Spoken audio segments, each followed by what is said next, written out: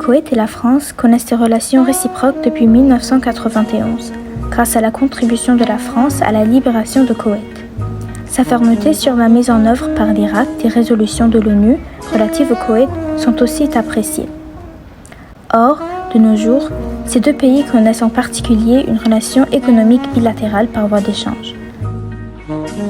Comme toute relation économique entre pays, elle s'exprime par la vente des produits venant des entreprises différentes, par des secteurs d'activité diverses.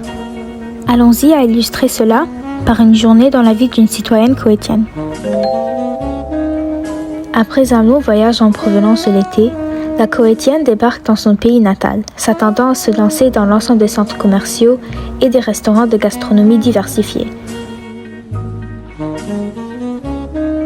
Déjà, lors de sa sortie de l'avion, on remarque une première trace de la France. 51,3% de toutes les importations des véhicules aériens sont apportées par la France, soit 589,8 000 $ d'avions sur les 1,15 million. Airbus et Air Liquide sont des acteurs majeurs dans ce secteur d'activité aéronautique.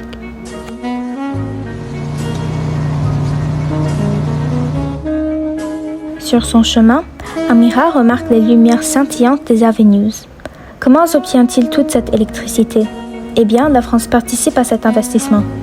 Sur les 2,92 milliards de dollars d'exportation électrique réalisées vers le Koweït, la France investit 13,13 millions de dollars, soit environ 0,4%. Même si cet investissement n'est pas aussi remarquable, cela rend la présence française plus évidente. C'est grâce à des entreprises comme EDF que cela est possible. Maintenant affamée par le long trajet, Amira décide de dîner dans un café et de faire un peu de travail. C'est grâce à des cafés comme Paul, par exemple, que la présence non seulement économique mais culturelle de la France est présente, avec une gastronomie française mais aussi des produits agroalimentaires venant de la France. Dans le secteur d'activité des produits laitiers, des œufs, du miel et les produits comestibles, la France occupe 3,1% de ses importations, soit 18,5 millions de dollars sur les 596 millions de dollars. Et finalement, c'est l'heure des achats. Amira passe à sa partie préférée des avenues, les marques de luxe. Des sacs à main au maquillage, elle les admire en se demandant d'où elles viennent.